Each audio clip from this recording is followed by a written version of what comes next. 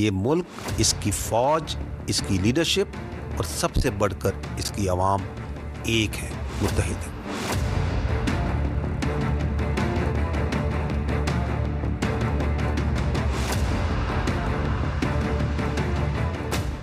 बिस्मिल्लाहिर्रहमानिर्रहीम, अस्सलाम वालेकुम। कैपिटल टॉक में खुशामदीद। पिछले साल मार्का हक में पाकिस्तान ने अपने से 5 गुना बड़े दुश्मन को हर मुहाज पर शिकस्त दी। दुश्मन ने ऑपरेशन सिंदूर के नाम से जंग शुरू की, लेकिन ये जंग जो है ये उसके लिए शिकस्त और हजीमत का बायस बनी और पूरी दुनिया में जो दुश्मन है वो एक मजाक बन के रह गया। लेकिन ऑपरेशन सिंदूर की नाकामी के 1 साल के बाद भारतीय फ़ौज के एक आला अफसर ने, लेफ्टिनेंट जनरल राजीव घाई ने ऐलान किया है कि ऑपरेशन सिंदूर अभी भी जारी है। लगता यह है कि उन्होंने ऑपरेशन सिंदूर की नाकामी से कोई सबक नहीं सीखा। ज़रा उनके अल्फाज सुन लेते हैं, उन्होंने क्या कहा। Operation Sindoor was not an and, it was just the beginning. सिर्फ हंगामा खड़ा करना मेरा मकसद नहीं, मेरी कोशिश है कि ये सूरत बदलनी चाहिए। India's fight against terror will go on. India's fight against terror will go on. और सारी दुनिया जानती है कि पाकिस्तान में टेररिज्म कौन करवा रहा है।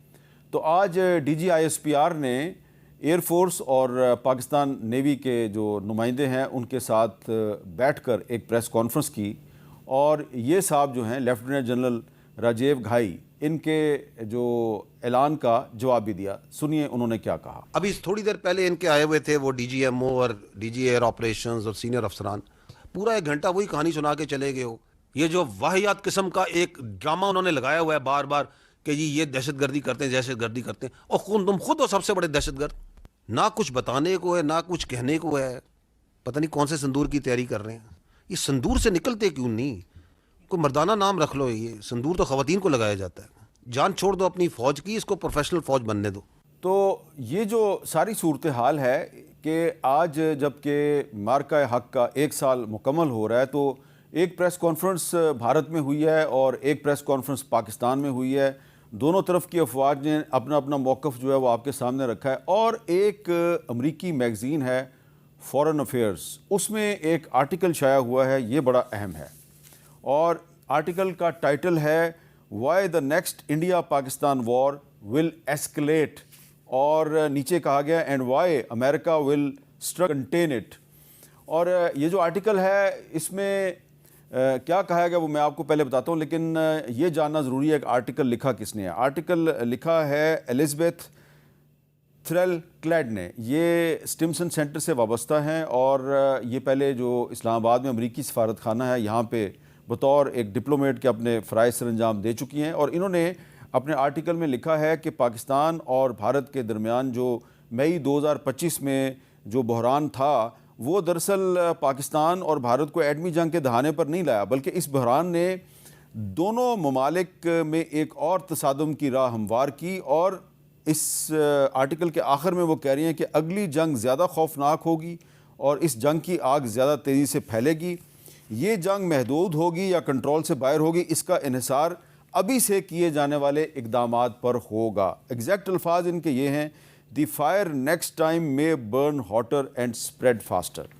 तो क्या पाकिस्तान और भारत में एक और जंग का ख़तरा अभी तक मौजूद है? इस पर भी बात करेंगे। गुफ्तगू के लिए हमारे साथ मौजूद हैं major general retired Zahid Mahmood साहब और मोहतरमा नगमाना हाशमी साहबा, जो कि चाइना में और दीगर ममालिक में पाकिस्तान की साबका सफ़ीर हैं। तो सबसे पहले जनरल जाहिद साहब आपसे बात करते हैं। ये जो आज एक प्रेस कॉन्फ्रेंस इंडिया में हुई और एक प्रेस कॉन्फ्रेंस पाकिस्तान में हुई, आपको लग रहा है कि पाकिस्तान और भारत के दरमियान मार्का हक का 1 साल मुकम्मल होने के बाद एक नई एस्केलेशन शुरू हो रही है? जी, बिस्मिल्लाहिर्रहमानिर्रहीम। हामिद साहब, thank you very much for the invite, और नगमाना साहबा को भी मेरा बहुत सलाम। इसके नई जंग का आगाज तो नहीं हो रहा जी, जंग तो जारी है। वो मैं थोड़ा सा एग्री करता हूँ घायल साहब की, जो जनरल साहब की आपने बात की है कि वो कह रहे हैं कि संदूर जारी है। तो संदूर तो जारी है, संदूर 2.0 वाया अफगानिस्तान जो नॉन स्टेट एक्टर्स का यूज है, तो वो उन्होंने प्रॉक्सी उसकी स्पॉन्सरशिप उठा ली है।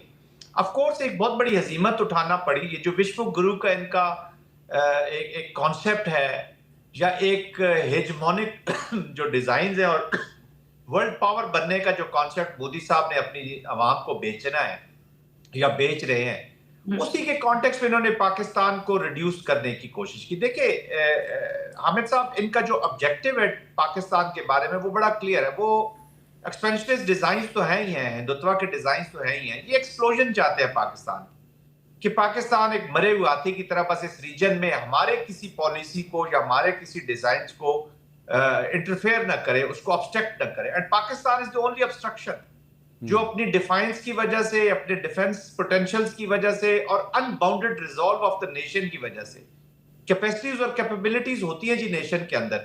जब विल नेशन एक शो कर दे, और मार्का हक जो है वो बेसिकली इसी की मैनिफेस्टेशन था जी। तो कैपेसिटी कैपेबिलिटी के साथ साथ विल भी पाकिस्तान में पाई जाती है। अब उसको इसकी समझ नहीं आ रही कि इसका करना क्या है जी। तो उसी के कॉन्टेक्स्ट में ये कुछ ना कुछ हमारे एग्जिस्टेंशियल थ्रेट तो ये रहेगा, लेकिन कुछ ना कुछ एक्टिविटी करने की कोशिश करेगा। स्ट्रेटेजिकली देखा जाए तो मिलिटरीली इस वक्त तो पोजीशन में नहीं है कि कोई कन्वेंशनल फोर्सेस से ये पाकिस्तान के खिलाफ कोई इमीडिएटली कोई एक्शन ले ले, क्योंकि पाकिस्तान ने अपनी जो विल की मैं बात कर रहा हूं, अब पाकिस्तान बहुत पेनफुल रिस्पांस जनरेट करेगा। इस पे आगे चल के बात हो सकती है कि ये पेनफुल रिस्पांस जो मैं बात करूं जनरेट करेगा, वो अब इंडिया की आवाम ने सहना है। हमारा थ्रेशोल्ड बहुत है, क्योंकि अभी कॉन्टेक्ट वॉरफेयर तो है नहीं जी, वॉरफेयर है चेंज, नई डोमेन सामने आ गई है। पाकिस्तान का जो पिछला भी रिस्पांस था वो आपने देख लिया across all spectrums of war, और अगला इससे भी आगे जाएगा, क्योंकि पाकिस्तान 2 नॉच अप रिस्पांस करेगा। ठीक है, जो मोदी साहब कोशिश कर रहे हैं कि वॉर अंडर न्यूक्लियर ओवरहैंग हो सकती है, there is no space for that. They must understand and learn this for their own people and for the people of this region. अच्छा नगमाना हाशमी साहबा, क्या भारत ने ऑपरेशन सिंदूर की नाकामी से कोई सबक नहीं सीखा? और ये जो फॉरेन अफेयर्स मैगजीन में जो आर्टिकल शाया हुआ है जिसमें कहा गया है कि पाकिस्तान और भारत में एक और जंग का ख़तरा जो है वो मौजूद है, और ये जो है ये पहली जंग से ज़्यादा खौफनाक जंग होगी, इसके बारे में आप क्या कहती हैं? बहुत शुक्रिया हामिद मीर साहब मुझे अपने प्रोग्राम में मदऊ करने का। मैं 2-3 छोटी छोटी बातें करूंगी, क्योंकि पूरी तारीख दोहराने का तो कोई फायदा नहीं है। बिल्कुल जिस तरह आज डीजी ISPR ने कहा कि ये अगर कोई भी कोशिश करेंगे तो इनको बड़ा मुंह तोड़ जवाब जो है वो दिया जाएगा। हैविंग सेड दैट, जहां तक वो इंडियंस का क्लेम है कि जी सिंदूर तो अभी जारी है, तो ये तो उनका बड़ा घिसा पिटा पुराना नैरेटिव है। ये तो जब सीज फायर भी हुआ और जब सारी दुनिया को पता चल गया कि उन्हें बहुत डिफीट हुए, तो उस वक्त भी कह रहे थे। So there is nothing new. मेरा तो ख्याल है जो इंडियंस ने ये किया है, because Pakistan has come a long way, और वो एक अपने बहुत ही आफ्टर मार्का हक लास्ट ईयर और इस ईयर में जो पाकिस्तान की इस वक्त क्रेडिबिलिटी है, जो पाकिस्तान का इस वक्त इमेज है, जो पाकिस्तान को वो चाह रहे थे कि जी हम टोटल आइसोलेशन में ले जाएंगे, उसमें तो वो बिल्कुल नाकाम हुए। उसका ऑपोजिट इस वक्त हो रहा है कि पूरी दुनिया ये रिकॉग्नाइज कर रही है कि पाकिस्तान एक बहुत स्ट्रॉन्ग मिडिल पावर बन के उभरा है, जिसपे जितनी इस वक्त बड़ी ताकतें हैं और इस रीजन की जो स्ट्रॉन्ग मिडिल पावर्स है, सबको उस पर ट्रस्ट भी है, और वो ये समझते हैं कि ये यहाँ का बहुत बड़ा एक स्टेबलाइजेशन फैक्टर है। तो जाहिर सी बात है इंडिया को ये चीजें हजम तो नहीं हो रही जो सेलिब्रेशंस अब पाकिस्तान में हो रही हैं, जो पाकिस्तान की दुनिया में तारीफें हो रही हैं, और उसमें आपको हर तरफ इंडिया आइसोलेटेड इस वक्त नजर आ रहा है, और जो हमारा टीवी है वो उनके यहाँ भी देखा जाता है। तो जाहिर सी बात है उन्हें कुछ ना कुछ तो अपने अवाम को बेचना है। हैविंग सेड दैट, जहां तक उस आर्टिकल का आपने जिक्र किया, तो देखिए अगर इंडिया ने कोई कोशिश की तो हम तो बिल्कुल भरपूर तरीके से जवाब देने के लिए तैयार हैं, but we should also not forget कि ये इस तरह के आर्टिकल छपवाए जाते हैं क्योंकि इस वक्त जो एक एक्सेस बन रहा है वो बहुत ही डेंजरस बन रहा है। इस वक्त अमेरिका जो है वो किसी ना किसी तरह कोई डील करके यहाँ से डिसंगेज होना चाहता है, लेकिन वो खित्ते में किसको छोड़ के जा रहा है?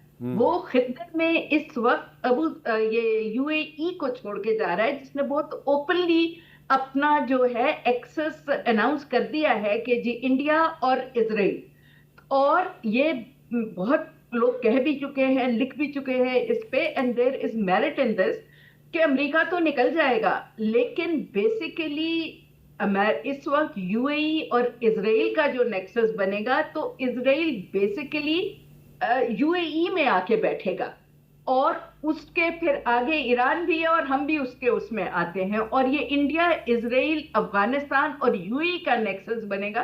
तो हम चारों तरफ से आप देखें एक घेरे में आ जाते हैं। Having अच्छा। said that, ये नहीं है कि हम इसको फाइट नहीं कर सकते, हम बहुत अच्छे तरीके से इसको फाइट भी करेंगे और विन भी करेंगे। लेकिन वो जो बात वो कह रही हैं राइटर के जी ये बड़ी जल्दी से फैल सकती है और बहुत ब्लडी होगी, तो उसमें प्लीज इन चार मुल्कों की इस वक्त जो यूनिटी हो रही है उसको आप जरूर अपने ठीक है। कैलकुलस में रखें। अच्छा, ठीक है जी। अब इसमें जनरल जाहिद साहब, आज जो प्रेस कॉन्फ्रेंस हुई उसमें एक बड़ी दिलचस्प बात हुई। जो पाकिस्तान नेवी के नुमाइंदे थे, रियर एडमिरल शिफात अली साहब, वो बता रहे थे कि पिछले दिनों एक इंडियन बहरी जहाज़ था, उसका नाम गौतम था, और उसको रेस्क्यू किया एक पाकिस्तान नेवी के बहरी जहाज़ ने, उसका नाम कश्मीर था।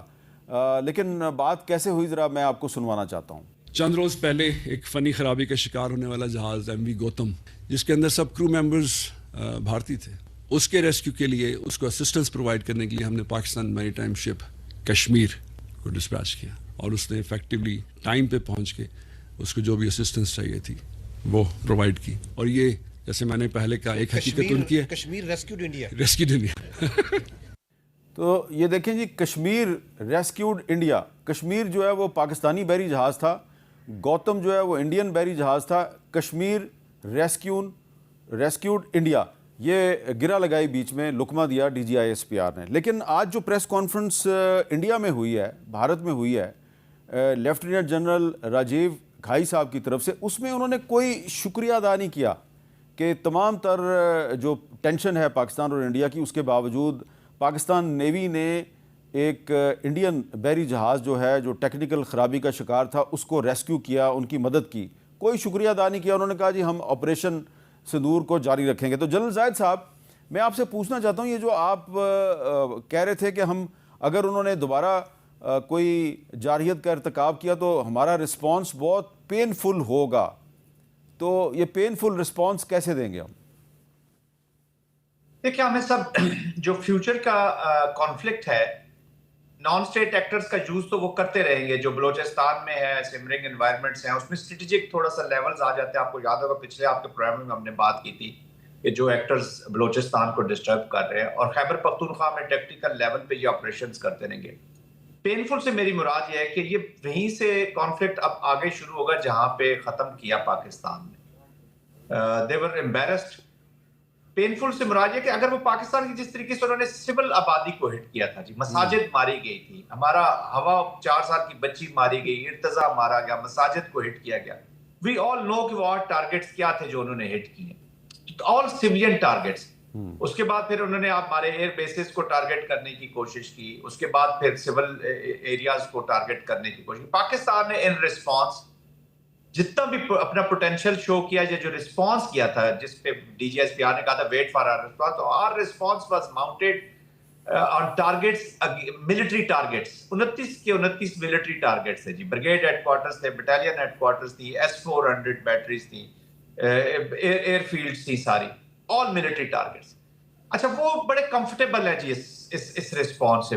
वजह यह है कि उन्हें पता है कि जी पाकिस्तान के साथ जंग, उनके ज़हन में ये बैठ गया कि पाकिस्तान के साथ जंग लड़ेगी तो रिस्पॉन्स जो है वो कश्मीर के अगेंस्ट ही आएगा। अब बारामूला में या श्रीनगर में कश्मीरी शहीद हो, या मुजफ्फराबाद में और मीरपुर में हो, तो तकलीफ तो हमें होनी है। That is our pain. उनसे उनको क्या ताल्लुक है उनके पेन? इसलिए वो जो अटरली फायरिंग करते हैं, शेलिंग करते हैं, वो सिविल एरियाज में करते हैं।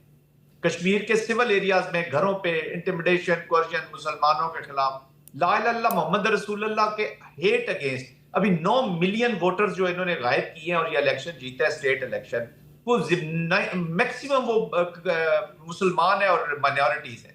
तो एनिमी विद इन उधर है, तो इस नफरत पे ये जंग करते हैं। तो अच्छा, अब पाकिस्तान जो है ये, और फिर दूसरा रिस्पॉन्स जाता है पंजाब के अंदर। अगर वो समझते हैं कि पंजाब में जाएगा जहाँ पे सिख बैठे हुए हैं, हमारे बड़े अच्छे रिलेशनशिप है। अब ऐसा होगा नहीं। अब अंबानी और अडानी वाली जगहों पे जहाँ पे जो इंडिया की जो सोच जहाँ पे ये जो पाई जाती है, deep into Indian territories response जाएगा पाकिस्तान का अगर वो पाकिस्तान को छेड़ेंगे। ये लेकिन वो अपनी जनरल साहब जो आप ये बात कर रहे हैं, तो ज़रा थोड़ा सा आपने कश्मीर का और पंजाब का तो जिक्र किया, आइडेंटिफाई कर दिया, तो ये जो आप डीप इनसाइड इंडिया की बात करें, ज़रा थोड़ा सा आइडेंटिफाई करेंगे ये कौन से इलाके हैं जहाँ तक हम जा सकते हैं? देखिए, पाकिस्तान की रीच में है जी, सारा इनका रीजन जो है कलकत्ता तक आपकी रीच पे है, तो ये रिस्पॉन्सेस डीप जाएंगे। राजस्थान में भी डीप जा सकते हैं, गुजरात में भी डीप जा सकते हैं। Wherever Pakistan will wish, Pakistan will target.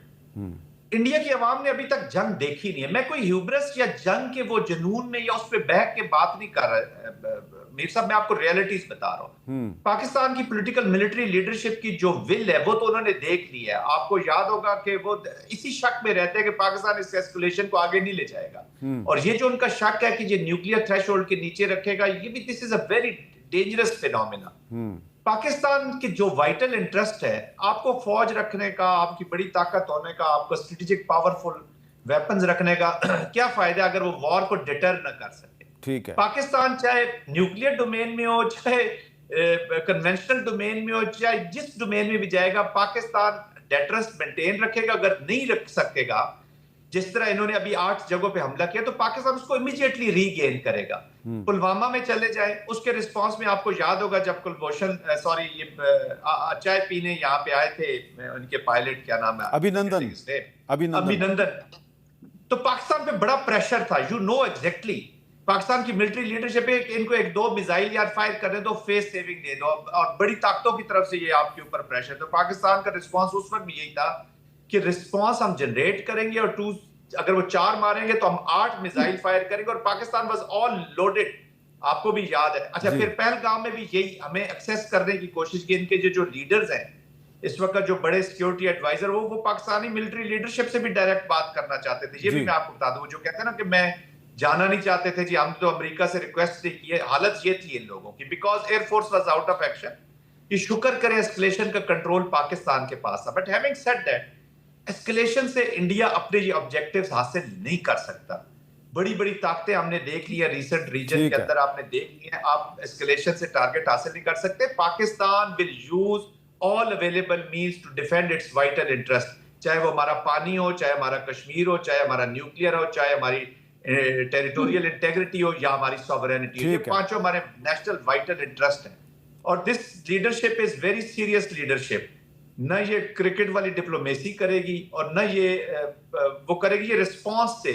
Hard power speaks, let us no doubt in our mind. चलें, ठीक है। अच्छा, अब इसमें जो ऑपरेशन सिंदूर का 1 साल है, इसमें अफवाज पाकिस्तान की कारकर्दगी पर भी बात हो रही है, जो पॉलिटिकल लीडरशिप है उसकी कारकर्दगी पर भी बात हो रही है, और साथ मीडिया का रोल है उस पर भी बात हो रही है, क्योंकि इंडिया की तरफ से जो फेक न्यूज़ और डिसइंफॉर्मेशन है उसको एक जंगी हथियार के तौर पे इस्तेमाल किया गया था। और इस पर मुझे आज इंडिया से भी कुछ जो जर्नलिस्ट हैं उन्होंने कांटेक्ट किया जी कि पिछले 1 साल में जो हमारी क्रेडिबिलिटी ख़राब हुई है वो तो अभी तक रिस्टोर नहीं हुई। तो इस पे बात करने से पहले मैं ज़रा थोड़ा सा आपको बताना चाहता हूँ कि इंडियन मीडिया जो है उसने किस तरीके से फेक न्यूज़ को जंगी हथियार के तौर पे इस्तेमाल किया और हमारा क्या रिस्पॉन्स था। Pakistanis, listen to this. Stop watching the nonsense on Geo News. These channels are lying to you. Arnab Goswami साहब वो मुसलसल 3-4 दिन से मुझे नाम ले लेके और जियो टीवी को टारगेट कर रहे हैं। वो कह रहे हैं जी ये चैनल ना देखें आप, क्योंकि ये झूठ बोल रहा है। मुझे झूठा क्यों कह रहे हैं कि जनाब मैंने ये साबित किया कि रावलपिंडी शहर जो है वो बिल्कुल सही सलामत है। इन्होंने दावा किया था वो तबाह हो गया, रावलपिंडी शहर तबाह हो गया। तो मैंने रावलपिंडी शहर का चक्कर लगा के वीडियो बना के पोस्ट कर दी, दिखा दी, तो उस पर अब ये गाली गलोच पे उतर आए हैं। Australia's Bondi Beach saw on Sunday it was yet another terrorist attack that directly or indirectly goes back to Pakistan. The problem is Pakistan. Problem is not Pakistan. The problem is Indian media. क्यों कि आपकी बात की तरदीद Indian media ने आज कर दी। Sajid Akram, the 50-year-old man, one of the shooters, has an Indian passport. With the greatest of respect to the American president, he has no idea about the ground situation. He has no idea about what's happening here. Double game भी की जा रही है India की तरफ से कि एक तरफ गोस्वामी साहब जो हैं, जो कि तर्जुमान हैं इंडिया के प्राइम मिनिस्टर नरेंद्र मोदी के, उनके चैनल को सारी फंडिंग भी बीजेपी से मिलती है। एक तरफ तो वो ट्रंप पे तनकीद कर रहे हैं और दूसरी तरफ हमारी इन्फॉर्मेशन के मुताबिक नरेंद्र मोदी ने डोनाल्ड ट्रंप साहब के साथ वादा किया है जी कि हम जो है पाकिस्तान के साथ मुज़ाकरात करेंगे। तो ये थी वो बात जब ट्रंप साहब ने पाकिस्तान और भारत के दरमियान सीज़ फायर करवाया, तो भारत ने सीज़ फायर का क्रेडिट ट्रंप को देने से इनकार किया। लेकिन अंदर की खबर जो थी वो ये थी कि इंडिया ने रब्ता किया था ट्रंप साहब से कि जनाब आप सीज़ फायर करवा दें, और ये भी वादा किया था कि हम फिर पाकिस्तान से मुज़ाकरात करेंगे, लेकिन पाकिस्तान से मुज़ाकरात नहीं किए। इस पे हम बात करते हैं नगमाना हाशमी साहबा से एक वक्फे के बाद।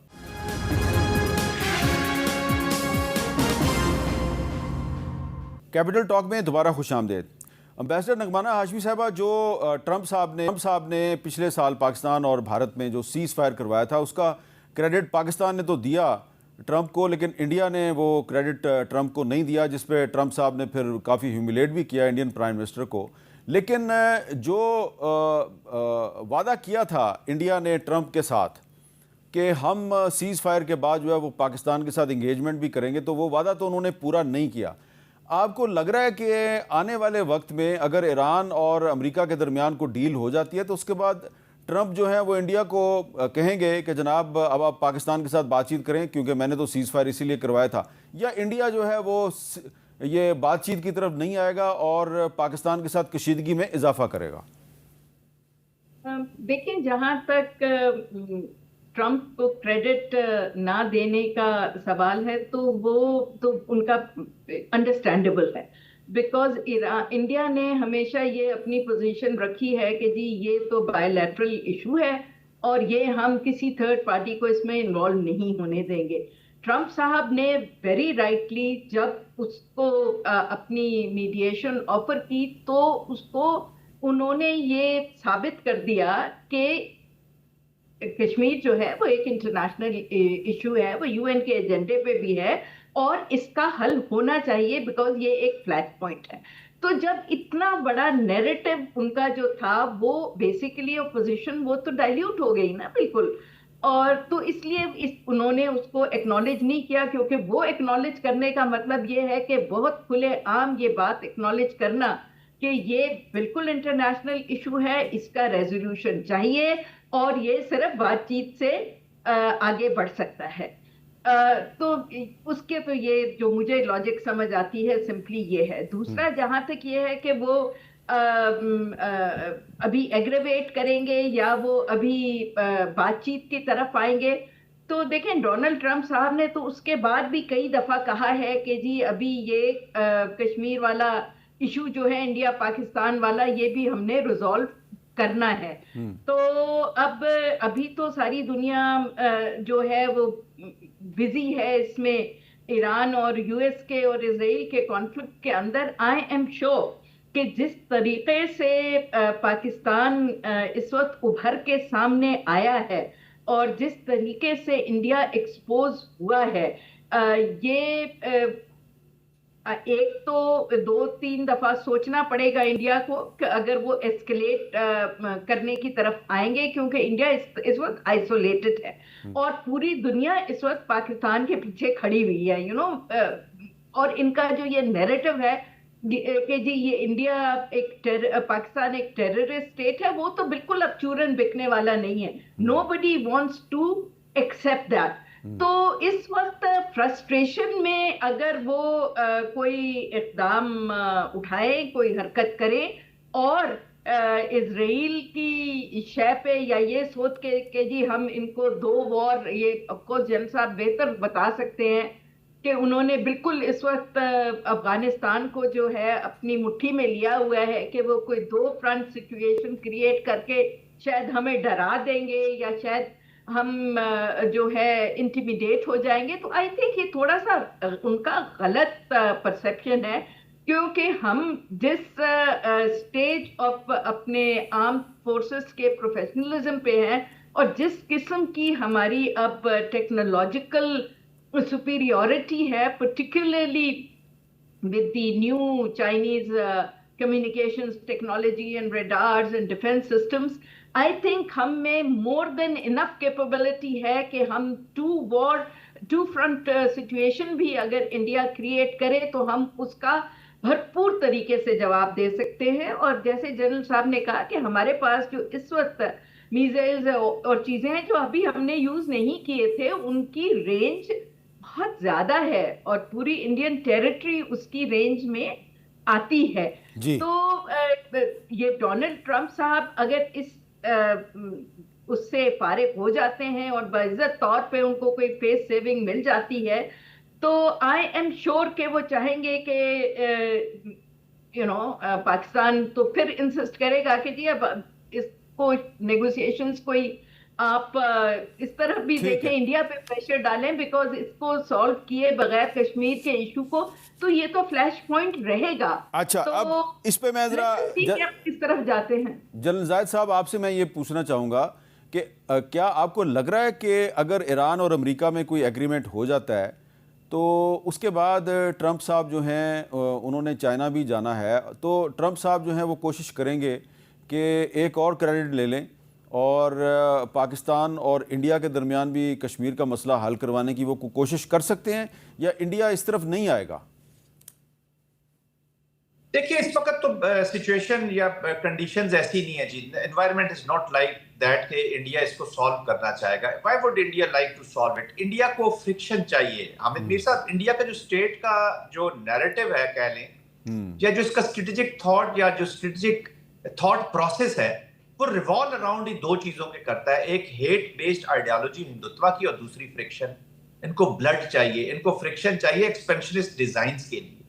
इनको एक्सपेंशन जो हिंदुत्व के डिजाइन्स हैं अखंड भारत के, वो रुक तो नहीं रहे हैं, वो उस वक्त तक हाल्ट नहीं होंगे जब तक वो अपना एक जिस तरीके से अभी इजराइल को ईरान ने चेक किया है वहां पे, तो इसी तरीके से जब तक ये चेक नहीं होगा तो इसको रोकेगा नहीं। और इनकी तो पूरी पॉलिटिक्स जो आप मुझसे बेहतर जानते हैं, that revolves around this hate जो माइनॉरिटीज के खिलाफ है। विद इन इंडिया इनका एनिमी है, माइनॉरिटीज हैं, इंक्लूडिंग ऑल क्रिश्चियन, सिख, सारे शामिल हैं। इसलिए तो गुरबंद सिंह तक पहुंचते हैं ये अमेरिका में, निजर सिंह तक ये कनाडा में पहुंचते हैं। उसके बाद आप बाकी देख लें, अभी जो पिछले क्रिसमस पे इन्होंने जो क्रिश्चियंस के साथ किया है, आप सेंटा भी वहां पे नहीं भेज सकते। ये सिर्फ सेकुलराइजेशन से सेफराइजेशन का सफर कर गई है। तो इसका mindset is a big challenge for Pakistan. इस माइंडसेट के अंदर युद्ध जो है वो हिंदुत्व की मेथोलॉजी के मुताबिक उसकी एक चीज है, उसकी मंडेला थ्योरी को आप पढ़े ना, देखें उसमें क्या लिखा है कि वो your neighbour is your enemy. उसके लिए फिर जो उसने युद्ध कर रहे हैं, उसके लिए जो एनवायरनमेंट क्रिएट करनी है, उसको जो वीक करना है, वो सारी चीजें इंप्लीमेंट हो रही हैं। Their military has become the spokesperson of Sangh Parivar. This is no more a professional military जो बड़े अपने सेकुलर होने पे नाज किया करते थी। इनके सीडीएस साहब जो किताबें लिख रहे हैं वो भी बेस हो रही हैं जो हिंदुत्व की जो अनुमान और हिंदुत्व और उनकी जो मिलिटेंट लीडर्स हैं हिंदुत्व के, उन्हीं की जो मेथोलॉजी है उसी के ऊपर वो वॉर को बेस करना चाहते हैं, अपनी आर्मी को उधर ट्रांसफॉर्म कर रहे हैं। इनका जो सो कॉल्ड मीडिया जिसका भी आप जिक्र कर रहे हैं, इन्होंने पूरी आवाम को एक मिलिट्री बना दिया है। मिलिट्री कमांडर जो है वो पॉलिटिकल लीडर्स हो गए, वॉर पे स्टेटमेंट्स दे रहे होते हैं, वो स्टेटमेंट्स अजीब किस्म के। तो इसका कंस्ट्रक्ट स्टेट का वैसा हो गया है कि ये फ्रिक्शन में रहेगी, और फ्रिक्शन में रहने के लिए ये पीसफुल मीन्स की तरफ या पीसफुल सॉल्यूशंस की तरफ कभी भी नहीं जाएगी, नॉट इन दिस पीरियड, जब तक कोई स्ट्रेटेजिक एनवायरनमेंट चेंज नहीं होती इस रीजन की या इस पाकिस्तान इंडिया के कॉन्टेक्स्ट में। अच्छा, अब एक सवाल जो है वो बड़ा अहम है, क्योंकि नगमाना हाशमी साहबा जो है वो चीन में पाकिस्तान की सफ़ीर रही हैं, तो उनसे ये सवाल पूछना बड़ा ज़रूरी है कि ट्रंप साहब जो हैं वो चीन के दौरे पे जाने का प्लान अभी तक तो उनका इंटैक्ट है। उन्होंने 14 और 15 मई को चीन जाना है, तो अगर वो चीन जा रहे हैं उससे पहले वो ईरान के साथ को डील करेंगे, या ईरान के साथ डील करना फ़िलहाल इतना ज़रूरी नहीं है? और अगर वो चीन के दौरे पे जाते हैं तो क्या वो पाकिस्तान का चक्कर लगाने की ज़हमत गवारा करेंगे या नहीं करेंगे? ये सवाल करते हैं नगमाना हाशमी साहबा को एक वक्फे के बाद।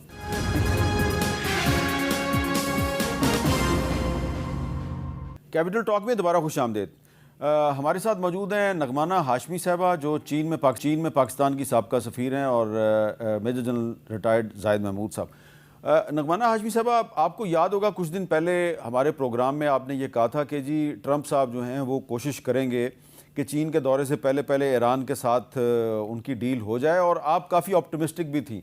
अब आपको क्या लग रहा है कि अगर ट्रंप के चीन के दौरे से पहले ईरान के साथ कोई कंप्रीहेंसिव एग्रीमेंट नहीं होता, लेकिन एक MOU जो है उस पर कोई अंडरस्टैंडिंग हो जाती है या कोई पॉजिटिव डेवलपमेंट हो जाती है, तो क्या ट्रंप साहब फिर पाकिस्तान का दौरा भी करना पसंद करेंगे?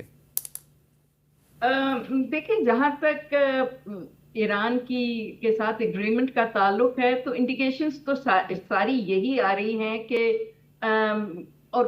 कोई फ्रेमवर्क एग्रीमेंट शायद हो जाए, और वो फ्रेमवर्क एग्रीमेंट की भी जो शक्ल इस वक्त सामने आ रही है कि वो एक बहुत लंबी फहरिस्त से अब सुकड़ के एक पेज पे आ गया है। और जो मैंने लास्ट देखा है और सुना है, तो वो मोर और लेस बात उस बात के करीब आ गई है जो ईरान कह रहा है कि जी आप फेज तरीके से कर लें, 3 फेजेस में कर लें। और तो इसमें अगर डिटेल्ड एग्रीमेंट हर चीज पे, बिकॉज उसमें बहुत टेक्निकलिटीज होती हैं, वो ना भी हुई, तो मुझे तो काफी उम्मीद है, और कुछ इंडिकेशंस भी यही आ रही हैं कि ये एग्रीमेंट नहीं बट एक फ्रेमवर्क सा साइन हो जाए, और ये अपनाए हुर्मुज़ भी खुल जाए और ब्लॉकेड भी खत्म हो जाए, और डायलॉग के जरिए फिर बाकी जो मामलात हैं उन पे तफसीली बात हो जाए। इसीलिए आप देखिए कि अब्बास इराक़ची साहब भी ने भी जो दौरा किया, वो पाकिस्तान भी आए, ओमान भी गए, और रूस और अब वो चीन से होके आए हैं, जहां बड़ी कॉम्प्रिहेंसिव उनकी डिस्कशन हुई है और उसका कोई स्टेटमेंट नहीं निकला है। तो ये सारी इम्पोर्टेंट डेवलपमेंट्स हैं, और मुझे यही लगता है कि कुछ ना कुछ हो जाएगा, बिकॉज उसके बगैर आई थिंक जो अमेरिका का डोनाल्ड ट्रंप साहब का चाइना का विजिट है, वो उसका वैसे ही एजेंडा जो है बहुत डिफिकल्ट है। अच्छा। और वो एजेंडा भी जो है वो उसमें कोई लॉन्ग टर्म चीजों के रेजोल्यूशन का तो एजेंडा नहीं है। ठीक है। वो एजेंडा मेरे हिसाब से तो रिलेशनशिप मैनेजमेंट का है। अच्छा। और इस वक्त जो रिलेशनशिप मैनेजमेंट की जरूरत है वो अमेरिका की ज्यादा है, और चाइना तो ऑलरेडी बहुत स्ट्रॉन्ग पोजीशन में है इस वक्त। अच्छा। और इस अगर आप ईरान और अमेरिका के कॉन्टेक्स्ट के वो कॉन्फ्लिक्ट के तनाजुल में भी देखें, तो इसमें कोई ब्रावाडो चीन ने नहीं किया, बट आप अगर डीपर लेयर्स में जाके देखें तो चाइना ने बहुत फर्मली ना सिर्फ अपनी पोजीशन होल्ड की है, बल्कि उन्होंने बहुत स्ट्रेटेजिकली अपने आप को प्लेस कर लिया है बहुत अच्छी जगह। अच्छा, तो मेरा सवाल सब चाहेंगे कि ये हो जाए उससे पहले। अच्छा जनरल साहब, मेरा सवाल आपसे ये है कि ट्रंप साहब ने कुछ दिन पहले ख्वाहिश जाहिर की थी कि मैं इस्लामाबाद जाके खुद किसी मुआहदे पे दस्तखत करना चाहूंगा। आपको लग रहा है कि आज उन्होंने कहा था कि पॉसिबिलिटी नहीं है अभी पाकिस्तान जाने की। जनरल जाहिद साहब, आपको क्या लग रहा है कि उन्होंने कह तो दिया कि अभी फिलहाल पॉसिबिलिटी नहीं, कल उन्होंने कहा है न्यूयॉर्क पोस्ट की रिपोर्टर को, लेकिन आपको लग रहा है कि अगर कोई ब्रेक थ्रू होता है तो फिर वो चीन के साथ साथ पाकिस्तान का दौरा भी करेंगे? देखिए, अभी तो अगर तो ये कोई कंक्रीट किस्म का मुआहदा होता है तो बिल्कुल ही कैन कम, वो आ भी सकते हैं। प्रेसिडेंट ट्रंप वुड लाइक, देखिए ना, जब जेडी वैंस भी आए थे तो काफी चीजें फ्रेमवर्क बहुत करीब था जी। वहां पे भी कुछ कमेंटेटर्स ये कह रहे थे, कुछ थिंकर्स ये कह रहे थे कि चूंकि अब ये मुआहदा हुआ चाह रहा है तो हो सकता है प्रेसिडेंट ट्रंप खुद इसका क्रेडिट लेना चाहे। प्रेसिडेंट ट्रंप की जो पर्सनैलिटी है वो किसी वक्त भी वो इसको ओन तो करना चाहेगी, क्योंकि अमेरिका के अंदर बहुत बड़ी आवाम में अब ये थिंकिंग चली गई है कि जो मेगा का जो प्रोजेक्ट था, मेक अमेरिका ग्रेट अगेन का, प्रेसिडेंट ट्रंप उससे डाइवर्ट कर गया, उस रूट पे नहीं है, उन मकासद को हासिल नहीं कर रहे। और मेरे ख्याल में अगर वो उनको रिट्रीव करना चाहते हैं बिफोर द मिड टर्म, तो वो इसको ओन करना चाहेंगे, और इस जंग का क्रेडिट भी जो खुद ही उन्हें छेड़ी है at the behest of Israel, I think वो स्ट्रेटेजिक बर्डन जो है ना इसराइल का अपना उतारना चाहेंगे इसी कॉन्टेक्स्ट में, तो हो सकता है वो पाकिस्तान आ भी जाए, but he has been extraordinary thankful to Pakistan. Pakistan उसको बहुत बड़ा ऑफ रैंप अरेंज करके दे रहा है जी। बड़ी ताकत को मिडल पावर जब ऑफ रैंप अरेंज करके देती है, these are extraordinary efforts. ये पाकिस्तान की एफर्ट्स स्ट्रेटेजिक मतलब इंटिकुलेटर की इतनी बड़ी एफर्ट हमने हिस्ट्री में कभी नहीं पड़ी कि जो कामयाबी की तरफ गई हो, उसको ऑनर कर भी सकते हैं और करना भी चाहिए। बहुत बहुत शुक्रिया जनरल जाहिद महमूद साहब और नगमाना हाशमी साहबा। जो बात हुई है ना कि ट्रंप साहब जो हैं वो बहुत थैंकफुल हैं पाकिस्तान के। क्यों हैं थैंकफुल? एक हकीकत है, इसको कोई माने या ना माने, कि ईरान पर इसराइल और अमेरिका ने मिलकर हमला किया और इनके कोई भी मकासद हमले के जो हैं वो हासिल नहीं हो सके, कोई ऑब्जेक्टिव अचीव नहीं हो सका। अब उसको चाहिए था, ट्रंप को एग्ज़िट चाहिए था, फेस सेविंग चाहिए थी।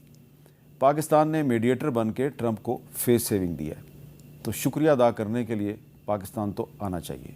इजाज़त दीजिए, अल्लाह हाफ़िज़।